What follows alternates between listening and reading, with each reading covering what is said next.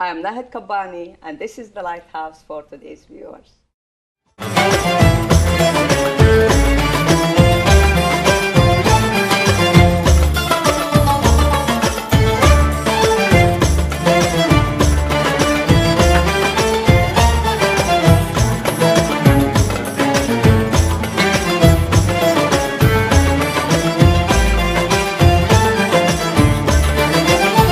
Welcome to our show. We established this show a while ago, especially after September 11, just to shed some light about some issues Arab American doesn't know about it or doesn't know enough about it, just because we are, as American, the problem solvers in all over the world, specifically the Middle East crisis. So I believe it's good to know something about that area and the crisis over there. Today, I have a lady. She is a Jewish American woman, went to occupied Palestine, Israel now. She named it Occupied Palestine. She lived there for almost 8 months, and she took pictures, and she lived with people in that area. So after all, she came back and she wrote a book, and she named it Witness in Palestine. Also, she put the photos, what she got, together. She sat at her home, simple way, and put the pictures together and talk as a storyteller about the pictures, what she got, and she made it a film. And she named the film Life in Occupied Palestine. Even she is a Jewish American woman. She didn't say life in Israel. It is in her thinking, it is occupied Palestine. So I thought it's good to let you see this film and know and think yourself what Anna was thinking of. So let's watch it together.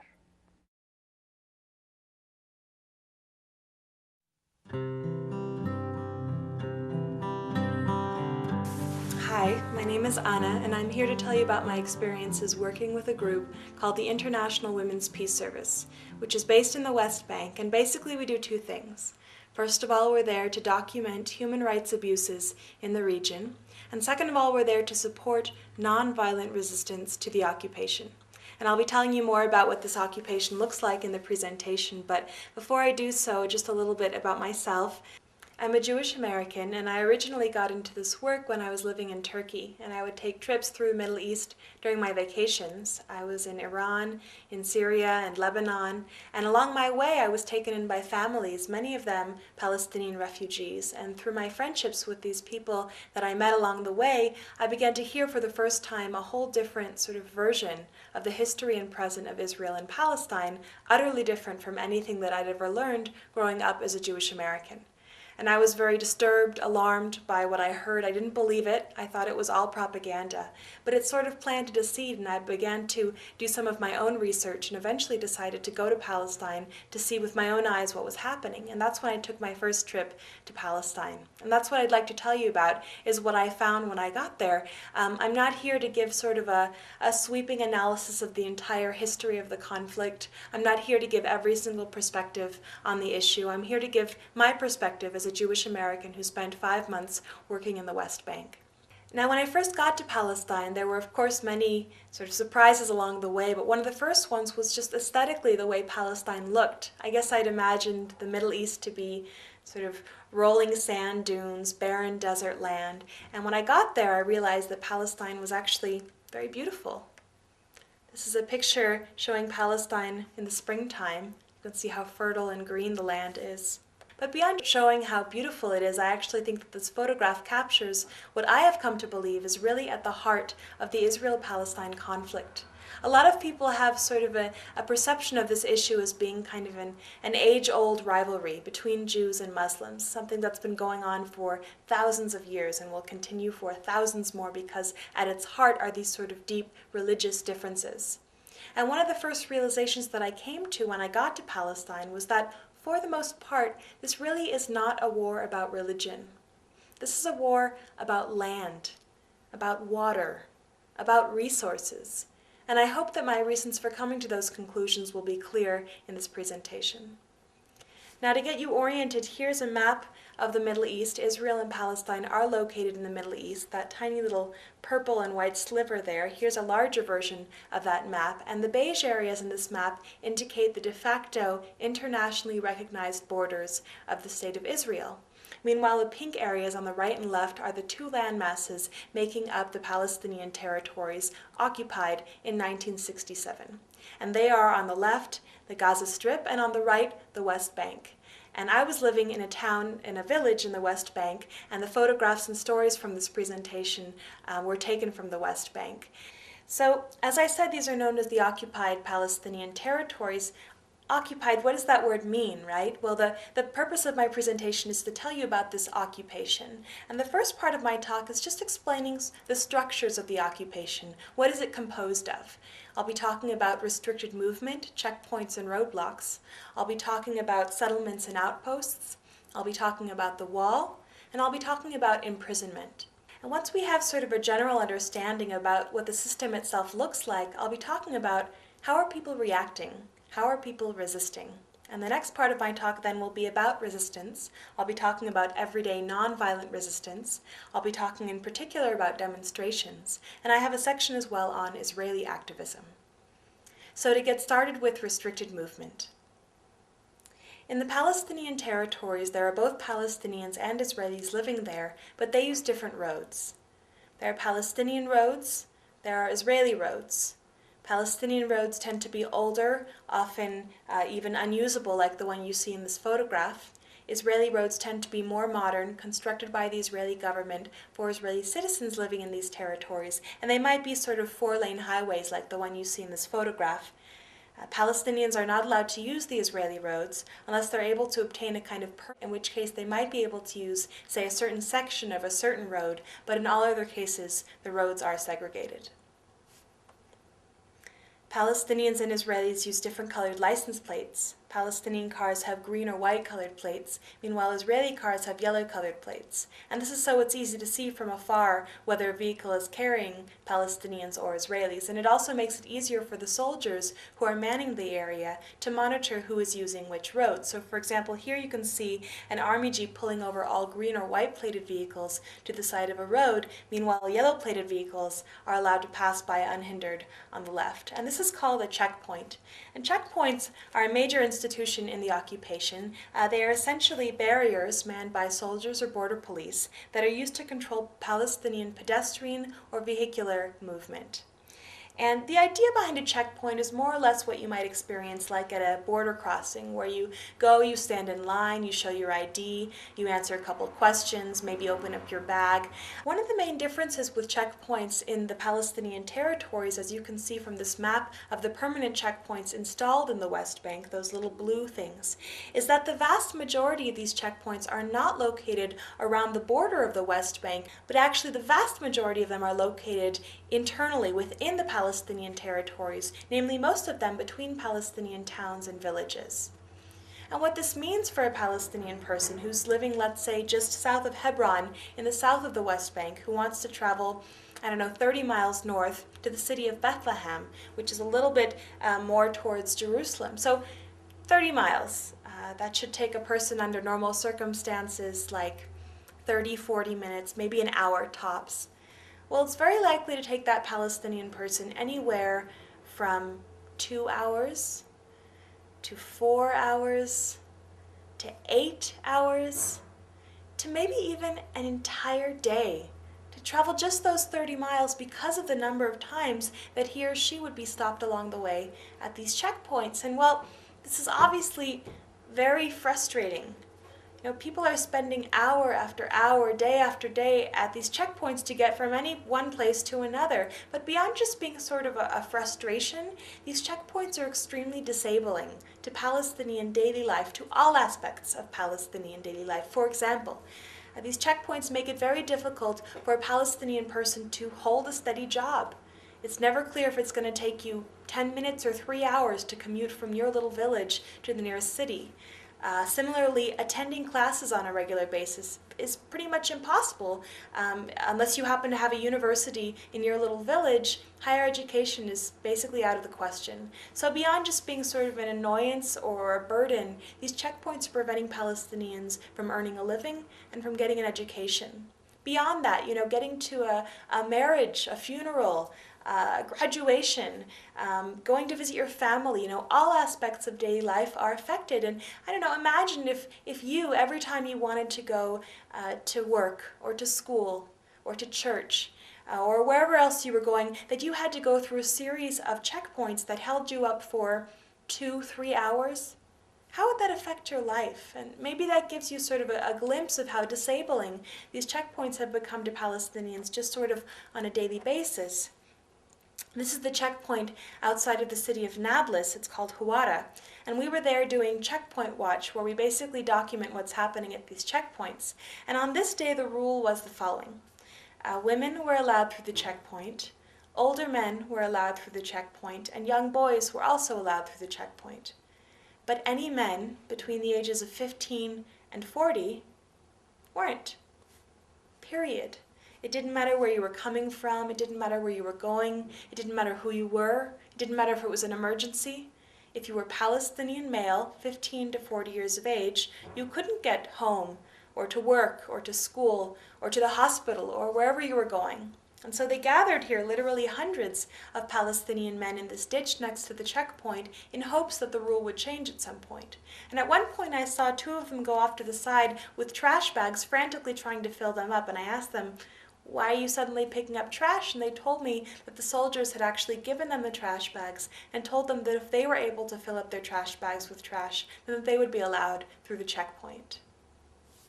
Health violations are another major issue at these checkpoints and in the occupation in general.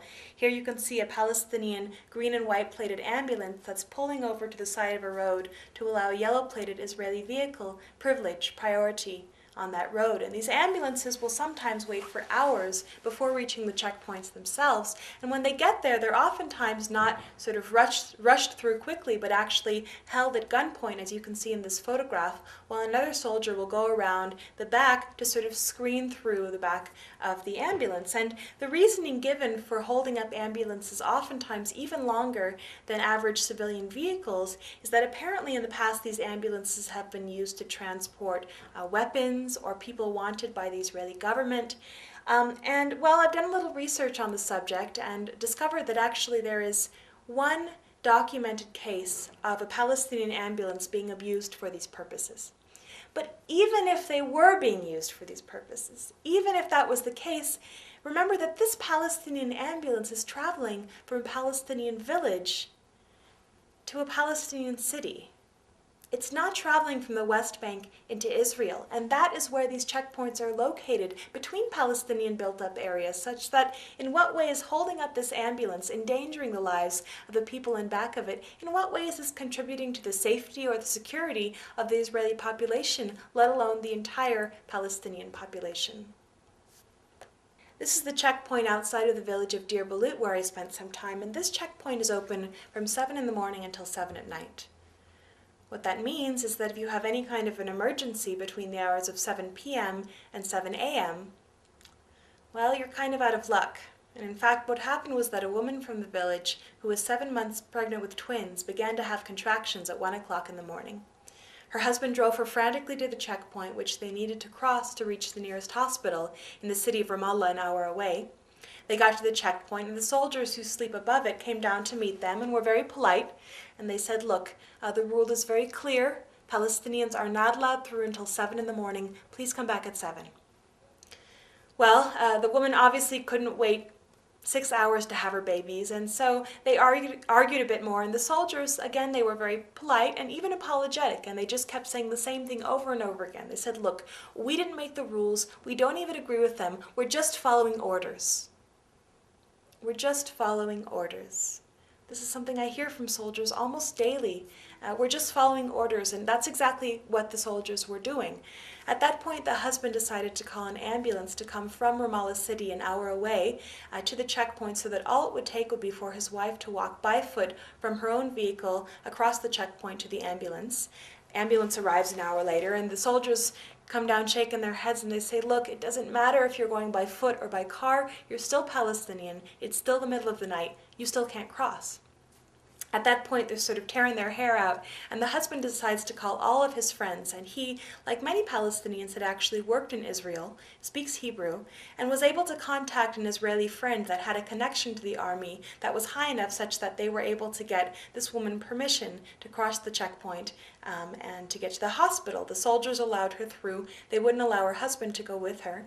She got to the ambulance and immediately began to give birth to the twins. And the twins were born, both of them alive and basically healthy, except of course that they were 2 months premature. And because they were premature, they were in desperate need of hospital attention. And because they were an hour away on a bumpy road in the middle of the night, having waited almost 2 hours at the checkpoint, they weren't able to reach the hospital in time.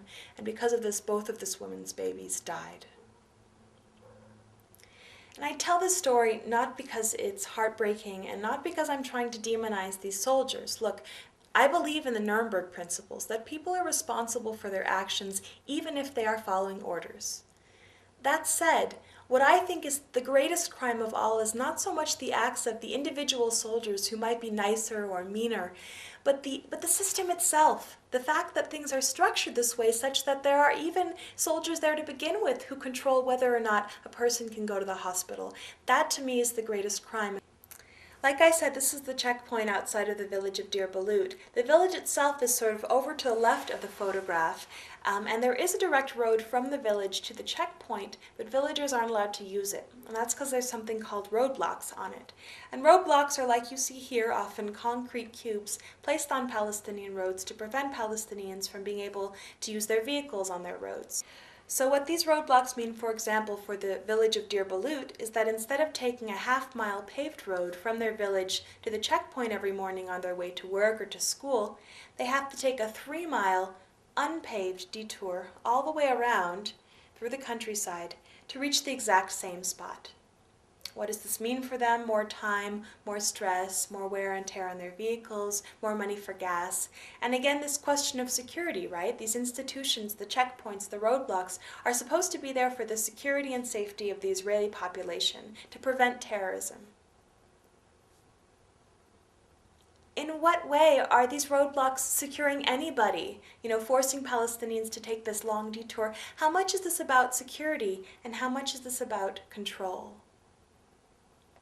Some roadblocks are made with dirt, and you can see these villagers on the right here are coming home from work. They live on the other side of the roadblocks, so what they have to do every morning is that they drive their cars to the roadblocks, park them, walk around by foot, and take a taxi the rest of the way to work or to school, and repeat the process coming home. So these roadblocks prevent something as basic as Palestinians taking their vehicles from their house to their work or to school.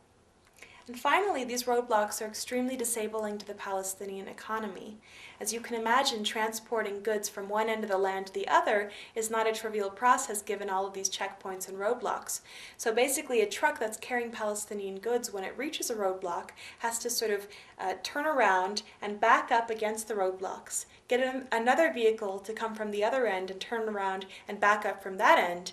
And somebody has to actually manually transport these goods from one end of the roadblock to the other, as you see in these photographs. And well, the products are not always office equipment. They could be produce, perishables, things that go bad by the time they reach their destination, and they could be desperately needed medical supplies. Beyond just taking a long time, this whole process renders a lot of these Palestinian products much more expensive than they otherwise would be because of the extra manpower and vehicular power that's required to transport them. What happens then is that a lot of these Palestinian products end up being even more expensive than their Israeli counterparts, which are very easy to transport on the Israeli-only roads. What happens then, of course, is that the Palestinian market is then flooded with Israeli products, which Palestinians, many of them struggling to make ends meet, end up purchasing instead of supporting their own economy, supporting the very country that is occupying them. Settlements are the next part of my talk. Settlements in the territories are essentially communities of Jewish Israelis who are living on Palestinian land. And they may be sort of villages, towns, cities. Here's a rather large one near Bethlehem in Jerusalem. And again, all of this land here is Palestinian land. It belongs to the Palestinians. It's internationally recognized as Palestinian land. And yet there's this city that's been built on top of it that is exclusively for Jewish Israelis. Well, what does this mean? You know, who gets to live in that city?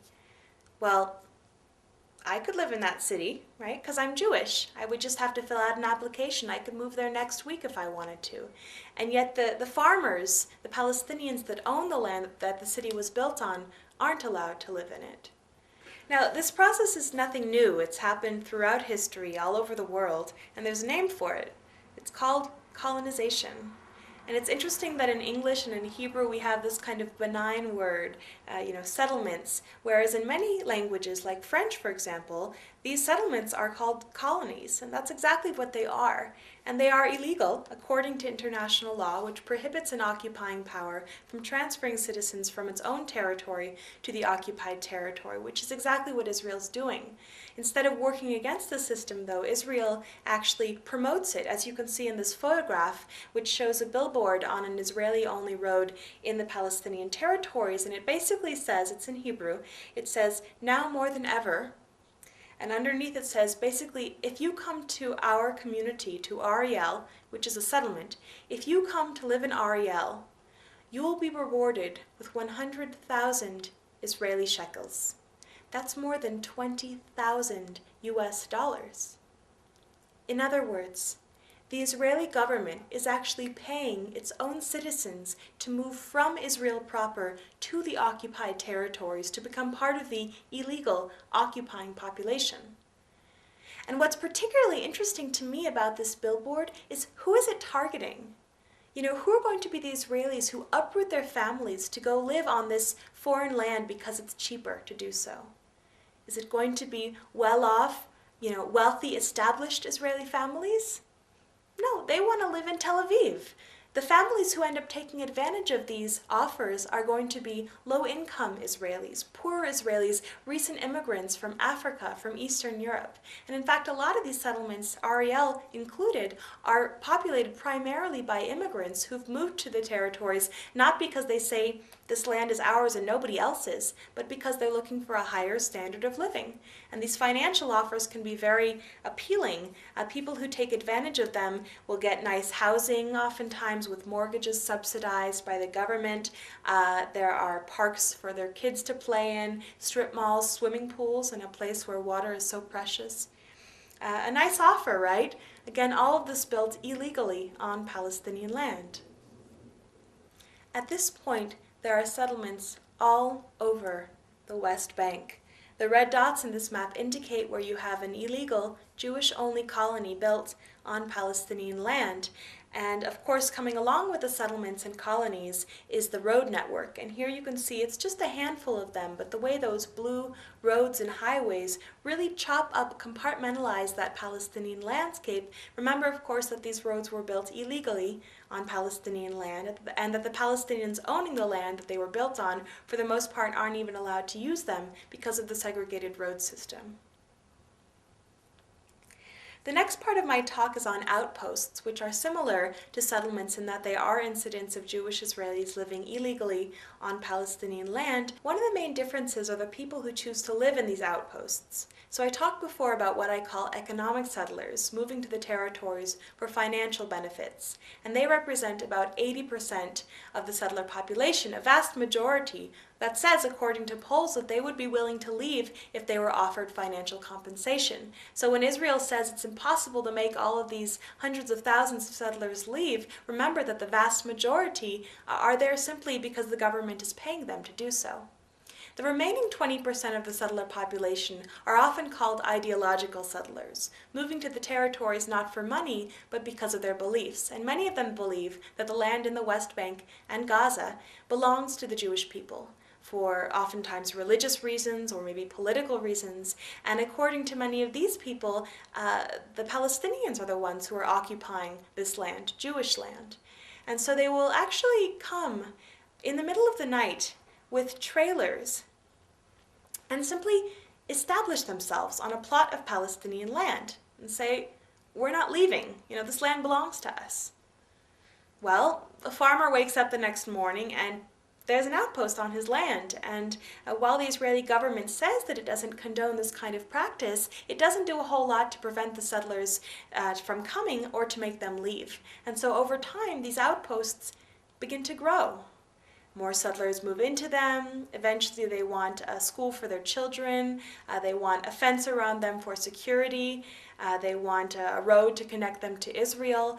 And over time what you have is it's no longer an outpost. It's a new settlement. And that's the way a lot of these settlements were originally founded and grew into what they are today. And once they become settlements and recognized by the Israeli government as such, they become subsidized by the Israeli government, which means subsidized by the U.S. government, by us. The U.S. government gives Israel between 3 and 5 billion American tax dollars every year. That's more than $10 million every single day. That is going towards upholding these illegal practices. And this may seem like something kind of on the other side of the world, has nothing to do with us as Americans, but we are the ones paying for this. We have a right, we have a responsibility to know where our tax dollars are going and to ensure that they are not being used to violate human rights, international law, and even U.S. law. Here's a few pictures of outposts. This one is above the village of Yanun, and oftentimes they're placed on hilltops for sort of strategic reasons. Here's the village of Yanun, a Palestinian village of about 300 people. Here's one of the homes in the village, and again you can see up top there the outpost. And as I mentioned before, a lot of the settlers living in these outposts don't really think the Palestinians have any right to be where they are. And so they'll actually come down with large weapons even to try and threaten the villagers, to try to make them leave their homes and land. And here's a picture of one of these armed settlers that's come down to threaten a villager picking her olives. In the past, these settlers have beaten up numerous villagers. They've poked a young boy's eye out of his face. They've beaten an old woman with her walking stick. They've killed a villager. They've stolen olives. Keep in mind, of course, that Palestinians in this part of the world are not allowed to have any kind of weapons. Now, clearly, some Palestinians do manage to get weapons. We hear about it in the media, but the vast majority of Palestinians don't. They don't have anything to defend themselves with besides stones or their bodies. Meanwhile, Israeli soldiers and civilians, these settlers, are oftentimes carrying around these large weapons. So that's the kind of balance of power that you feel going into the territories. The settlers have burned the village generator so that the Yanun villagers didn't have any more electricity. And this is the Yanun water source where settlers have come down. They've urinated in the water source. They've poisoned it with dead chickens, anything to try to make the villagers leave. And at the end of 2002, the village of Yanun came together to make a decision about this issue. And what they decided was that they were going to leave. They decided to abandon their ancestral homes and land because they felt so threatened by the settler presence. And one day they picked up and left, all 300 of them. Well, the international and Israeli peace communities heard about what had happened in Yanun and went to the villagers staying in a nearby town with an offer. And what we said was, if you choose to return to your homes and your land, we will commit to maintaining a constant presence of international and Israeli peace activists to live with you in your community for as long as you want us there. We will bear witness to these crimes. We will document them, try to get them into the media. We will stand beside you in solidarity should those settlers attack. And about a third of the villagers accepted our offer and have come back to their homes, almost up 100 of them. And living along with them now are these international and Israeli peace activists. And this is a picture of one of those activists. His name's David. He's a friend of mine. And David was actually the victim of a particularly brutal settler attack in which he was beaten to a pulp in his face, which shows that the settlers will attack not only Palestinians, but internationals and Israelis who are there in solidarity with those farmers. But David continues to do wonderful work in the Palestinian territories. He's recovering, and he is a citizen of Israel, a Jewish Israeli, and one of many Israeli activists that I've had the privilege to work with in Palestine. Now, it's very important for people to distinguish between what it means to be Jewish, someone from the Jewish religion or culture, like myself, what it means to be Israeli, a citizen of the state of Israel, and what it means to be a Zionist, someone who supports the idea of an exclusively Jewish state.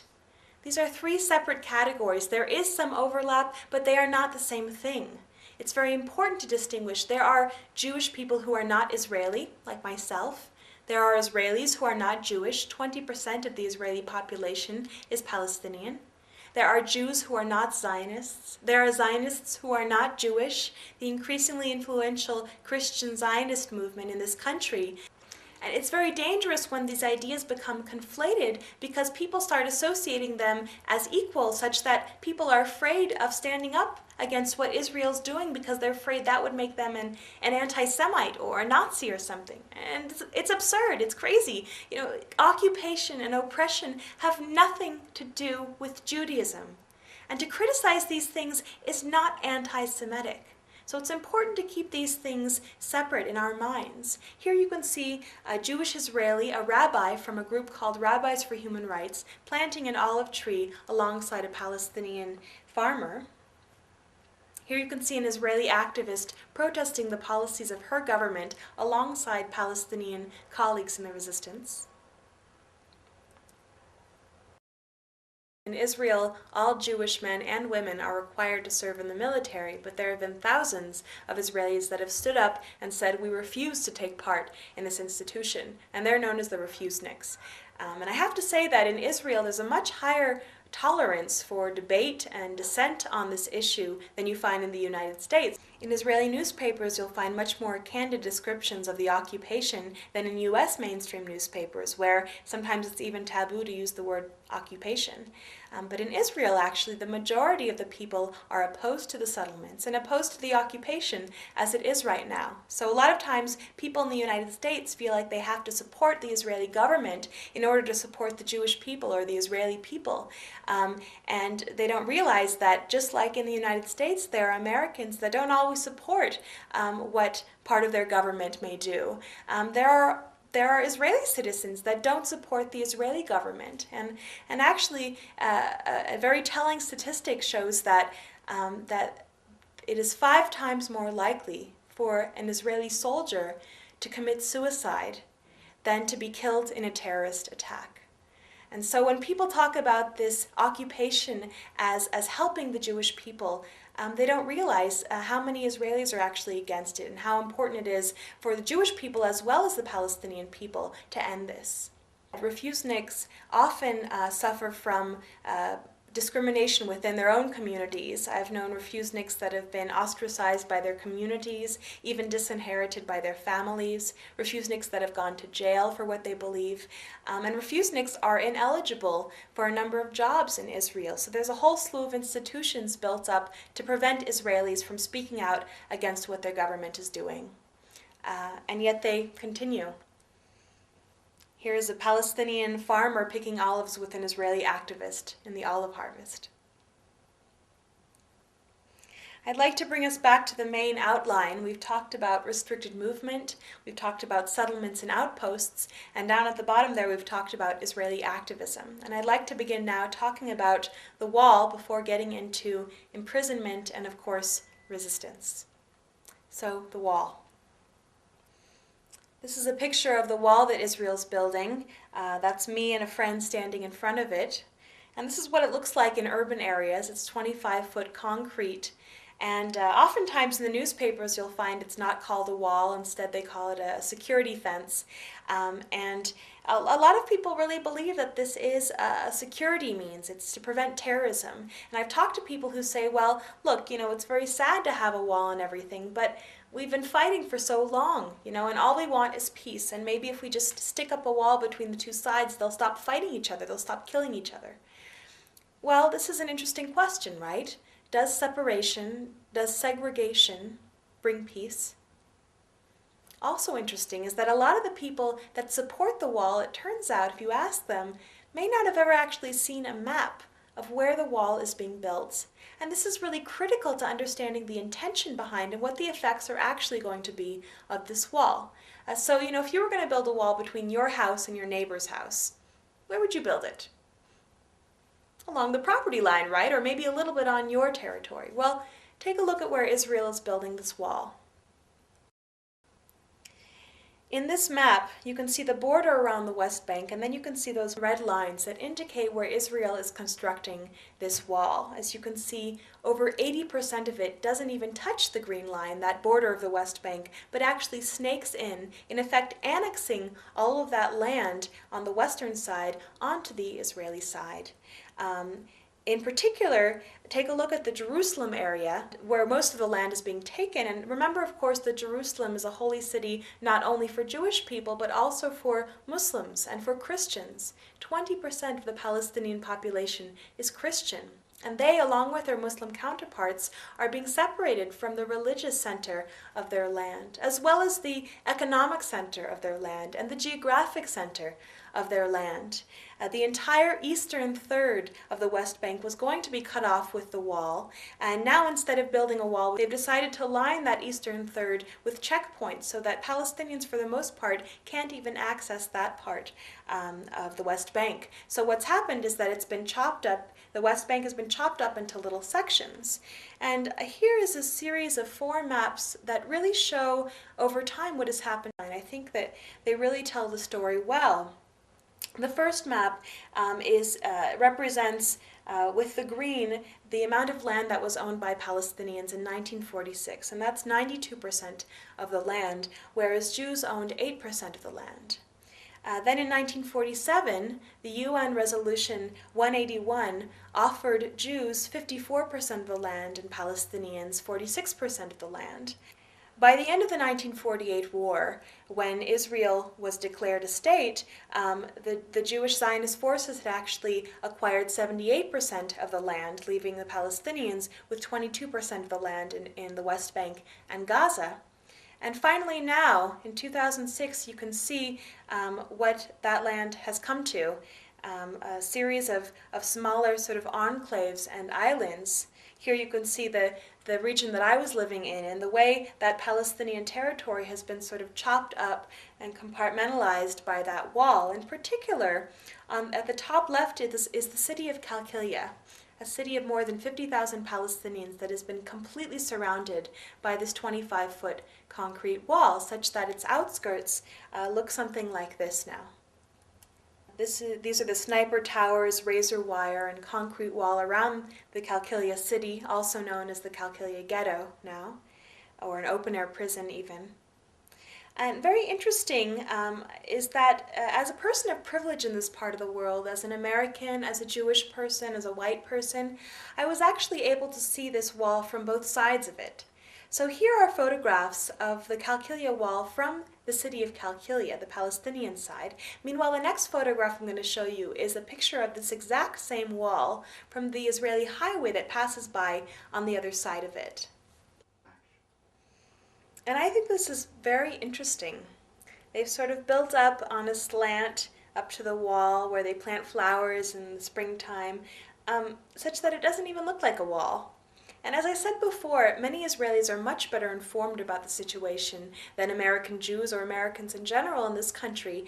And yet at some point, I actually think that most Israelis probably don't even know what the wall looks like, where it's being built, what it's doing to Palestinian farmers and families. And this, to me, is almost a kind of censorship, preventing that message from getting across. And of course, censorship is something happening in our country as well. Here's a little anecdote. A friend of mine was flying back from Palestine to the United States, and she had a layover in Germany along the way where she picked up this issue of International Newsweek because it had a particularly sympathetic article about the plight of the Palestinians. You can see at the top there. And then she had another layover in Chicago on her flight home where she found this.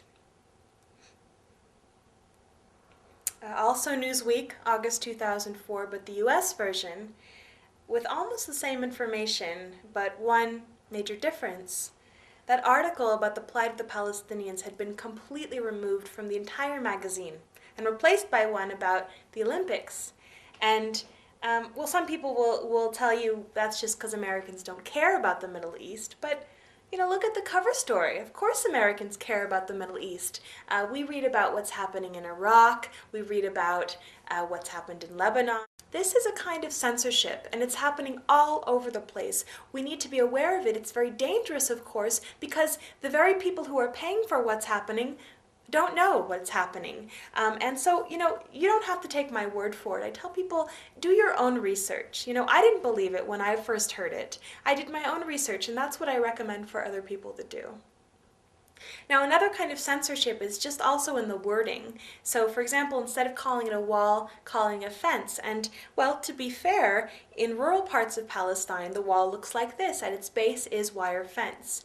But if you look a little bit closer, you'd find that this fence is not the kind of fence that you'd have like in your backyard kind of fence.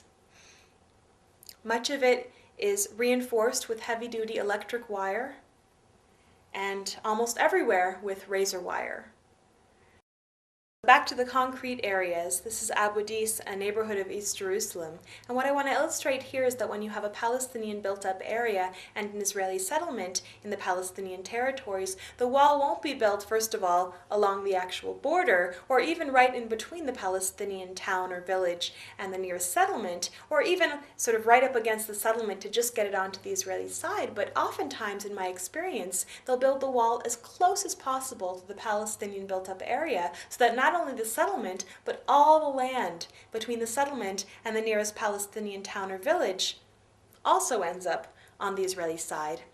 And this land, it's not just pretty land to have a picnic on once in a while. This land is usually the land that farmers and families in surrounding areas have been living off of for generations or even hundreds of years. This is their livelihoods that's being taken away from them. One of the things I do with IWPS is actually accompanying farmers to their land that has now been stranded on the other side of the wall or checkpoints. And Israel says that although it's cutting off farmers from their land, it will allow them through at certain times with a certain kind of permit. Well, this is a man that I accompanied to the gate of the wall in hopes of getting to his land, and he had gone to acquire one of these permits to get to his own land. And he actually had papers as well dating back to the Ottoman era proving that he was the owner of that land on the other side, that he could see through but he couldn't get to when he wanted to. Well, we went together and we waited for 2 days, trying to flag down any jeep that would pass by, hoping that soldiers would let us pass, and they wouldn't. And this man, he didn't even want to go to pick his olives. He just wanted to go to be on his land. He said, I just want to sit under my trees, and he couldn't. So another thing that people are cut off from is each other. So sometimes if you have a house on the outskirts of a village, because they build the wall right up against the village, that house will end up on the wrong side of the wall. And that's exactly what happened to my friend Munira, who lives in this house. In front of it, you can see that 25-foot concrete wall separating Munira and her husband and their 6 children from their village, from their community. Behind the house is another wall separating the family from the nearest settlement. And on the right and left sides of the house are 2 more fences separating the family from their own land that has been annexed by Israel. So Munira and her family are basically living in a kind of cage. Here's the gate to the cage. You can see it's manned by soldiers, so people who want to visit Munira, whom you can see in the back with one of her kids, have to sort of hope that the soldiers are in a good mood and will let them through.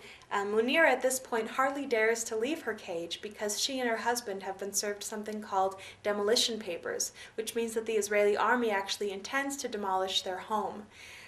And many people actually consider Munira sort of lucky because oftentimes if a house is in the way of an expanding settlement or road or the wall, they won't bother building a whole fence around it and getting a soldier to come man it, but they'll actually bulldoze that house. And so Munira is actually afraid to leave her house for fear that she could come back and it would be gone, not that they wouldn't bulldoze a house with people there, which they've done in the past as well.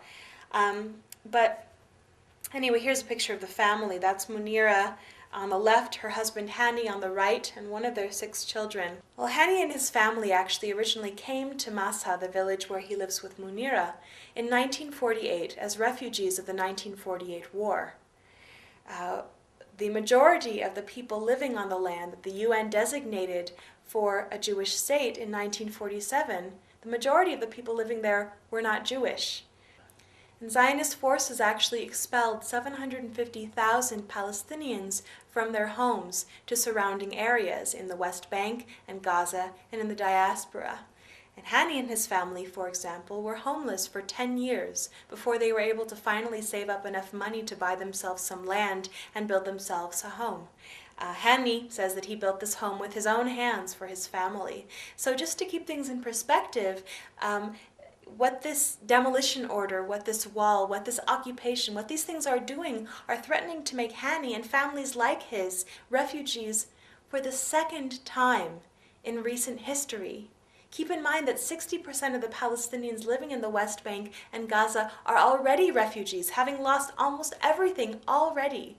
So keep that in mind when you hear people say things like, Palestinians just aren't willing to compromise. And I don't know about you, but looking at this family and all the Palestinians I worked with during my time in Palestine, what I kept thinking was just, how long can people live like this? You know, how long can people endure this kind of a system before rising up, standing up for their rights, resisting?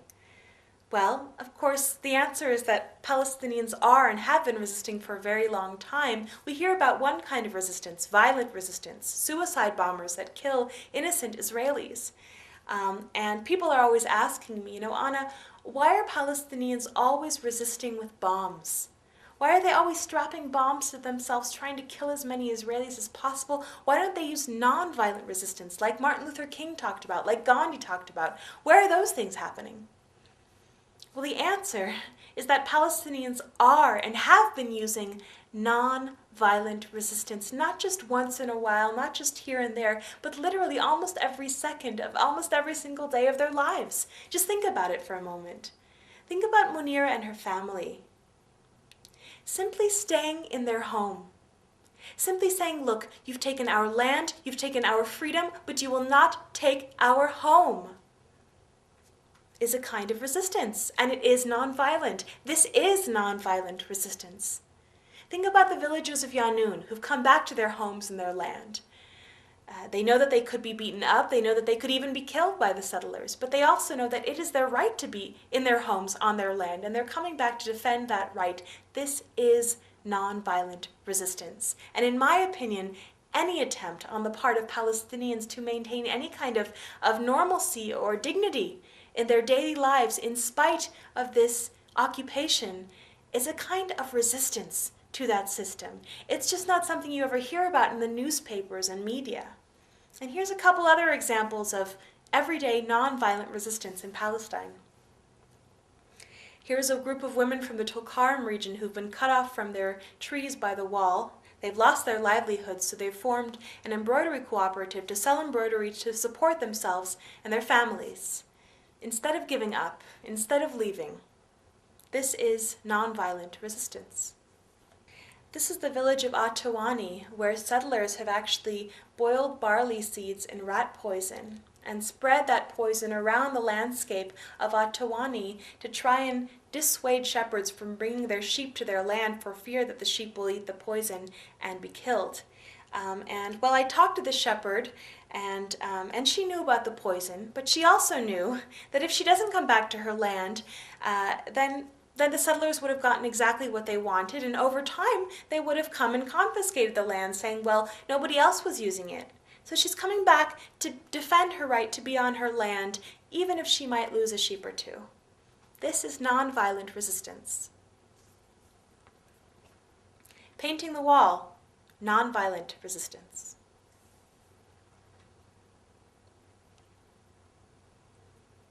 Climbing the wall is nonviolent resistance. Here's a young boy who's building his own roadblock out of rocks and wire that he found in his village. And he told me, Anna, I'm going to build a roadblock so that the jeeps can't raid my village tonight. This is nonviolent resistance.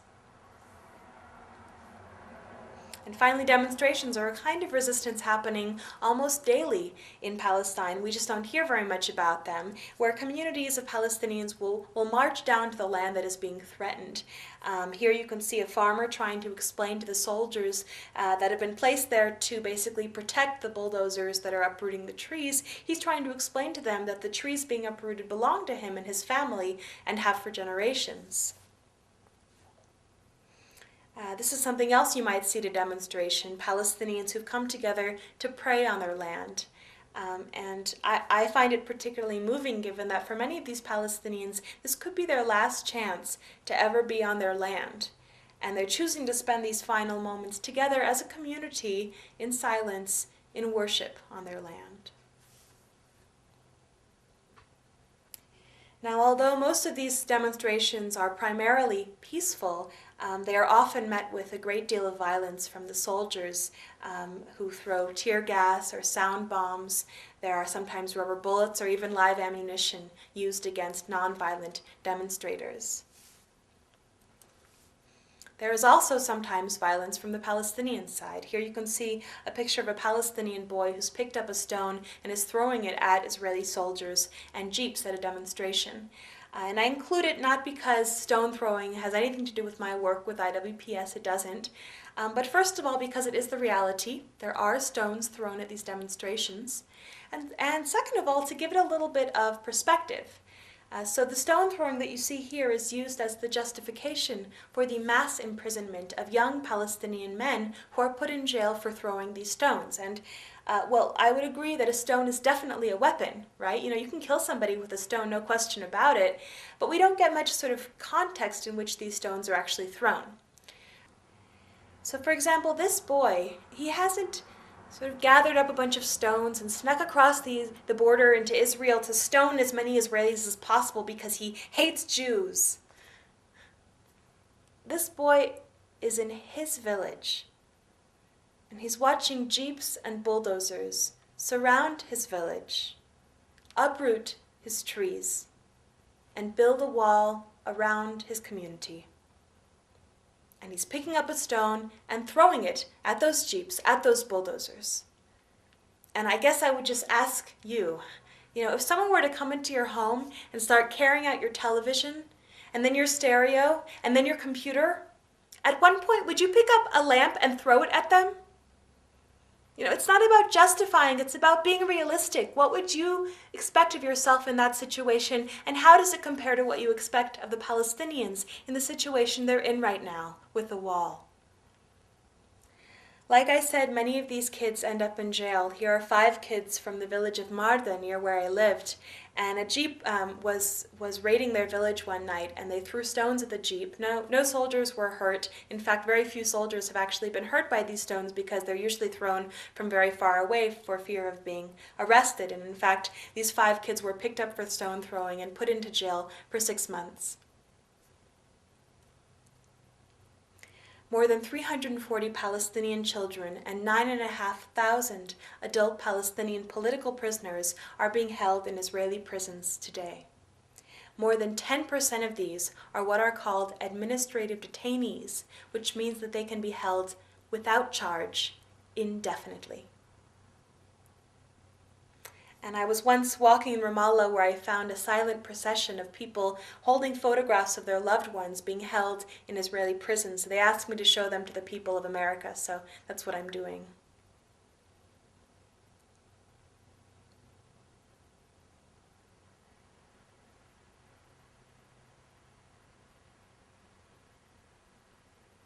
About 40% of the entire adult Palestinian male population in the occupied territories has been detained in Israeli detention. Torture and humiliation are systematic, according to Amnesty International. And I guess what I find so incredible is that in spite of the systematic imprisonment of Palestinians involved in violent and non-violent resistance, in spite of the checkpoints and the roadblocks and the settlements and the outposts and the wall and the land confiscation, in spite of all of these things, that Palestinians continue to resist, continue to stand up for their rights. And the finale of my presentation is a slideshow of photographs that I and my colleagues took at demonstrations that I think sort of illustrates what I see as the incredible resilience and strength that remains with the Palestinian people. It is really this resilience and strength that gives me hope for the future, and that's why I'd like to share it with you now. Thank you.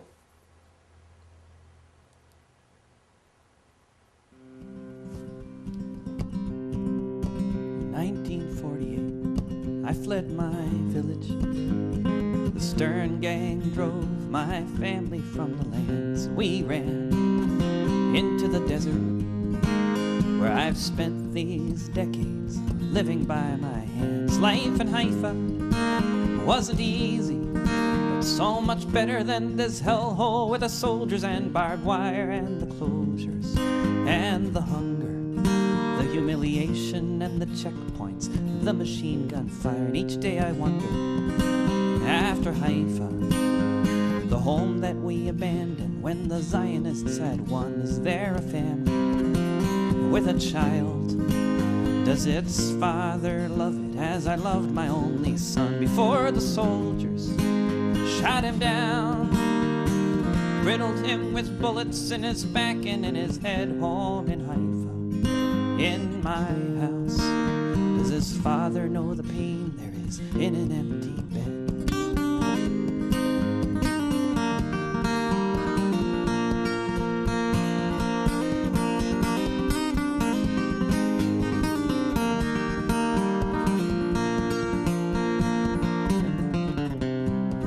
In 1960, I fled my country, left the Tigris River for this foreign place. I had to leave home, I didn't want to, but they were rounding up the leftists and the papers had my face. And my son, a student leader on the streets of Baghdad, was nowhere to be found. So I walked through the mountains, just the shirt upon my back, knowing not where I was bound. Now here I am, this town of Haifa, in this little house, but at least I'm still alive. And each day I wonder, how is Baghdad?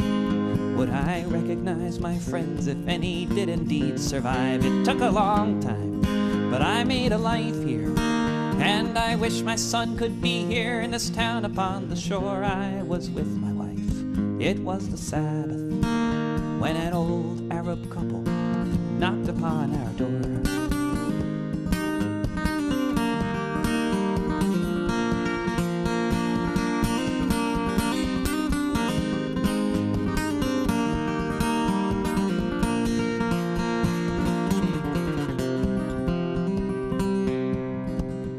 Them in, gave them tea, 'cause that's what you do with strangers. We could see they meant no harm. We told our story, they told theirs, us of our life in Baghdad, them of their family farm, and of this house which they once lived in, where once they raised a family long before their hair turned gray, and of their son and the troopers, and of ours, whom we still cry for every day. So much in common, so much gone bad, so much running and never coming home. You can hear the cards falling down. See the faces of the children forever forced to roam. And here we were in this house, fearing that tomorrow would be just like yesterday. So much resentment, so much at stake. And I really don't remember who was the first to say, in one world, in one village, in one home, let us live together. In one world, in one village, in one home, let us live together. In one world, in one village, in one home, let us live together. In one world.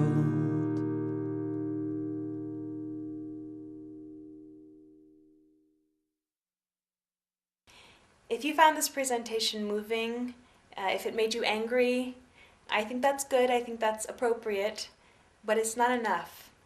Palestinians don't need more people feeling sorry for them. They need people to take action on this issue, and here are some ideas for taking action. First of all, do your own research. You don't have to take my word for it, but go beyond mainstream media sources. Go to Palestine or support somebody who is.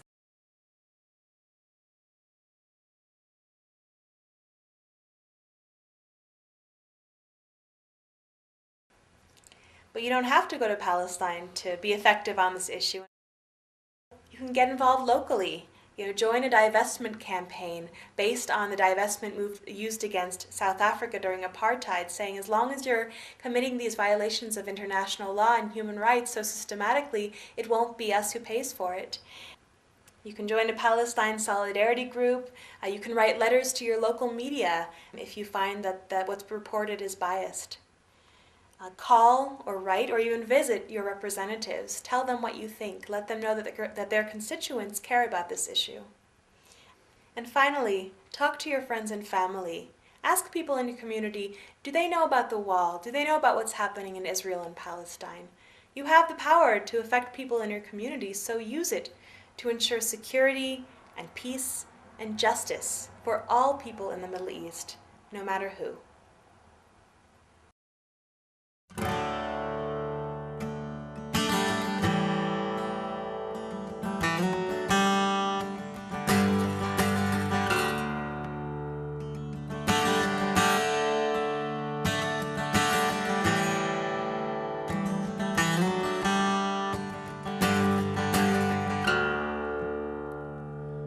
It was another Friday morning.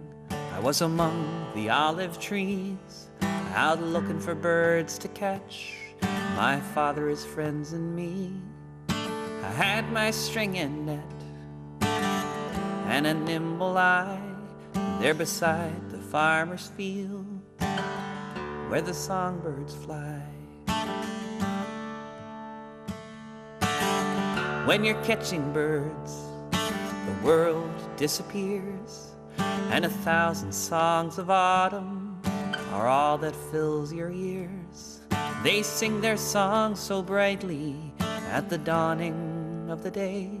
They fly back and forth over the fence where we must stay away.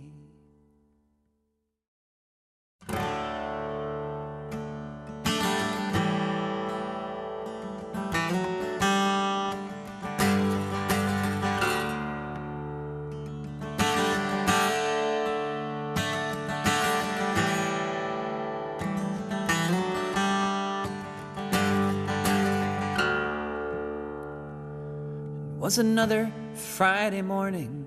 I was among the olive trees, out looking for birds to catch, my father, his friends, and me.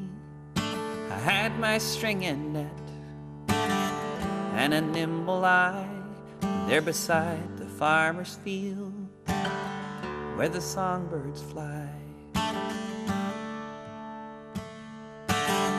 When you're catching birds, the world disappears, and 1,000 songs of autumn are all that...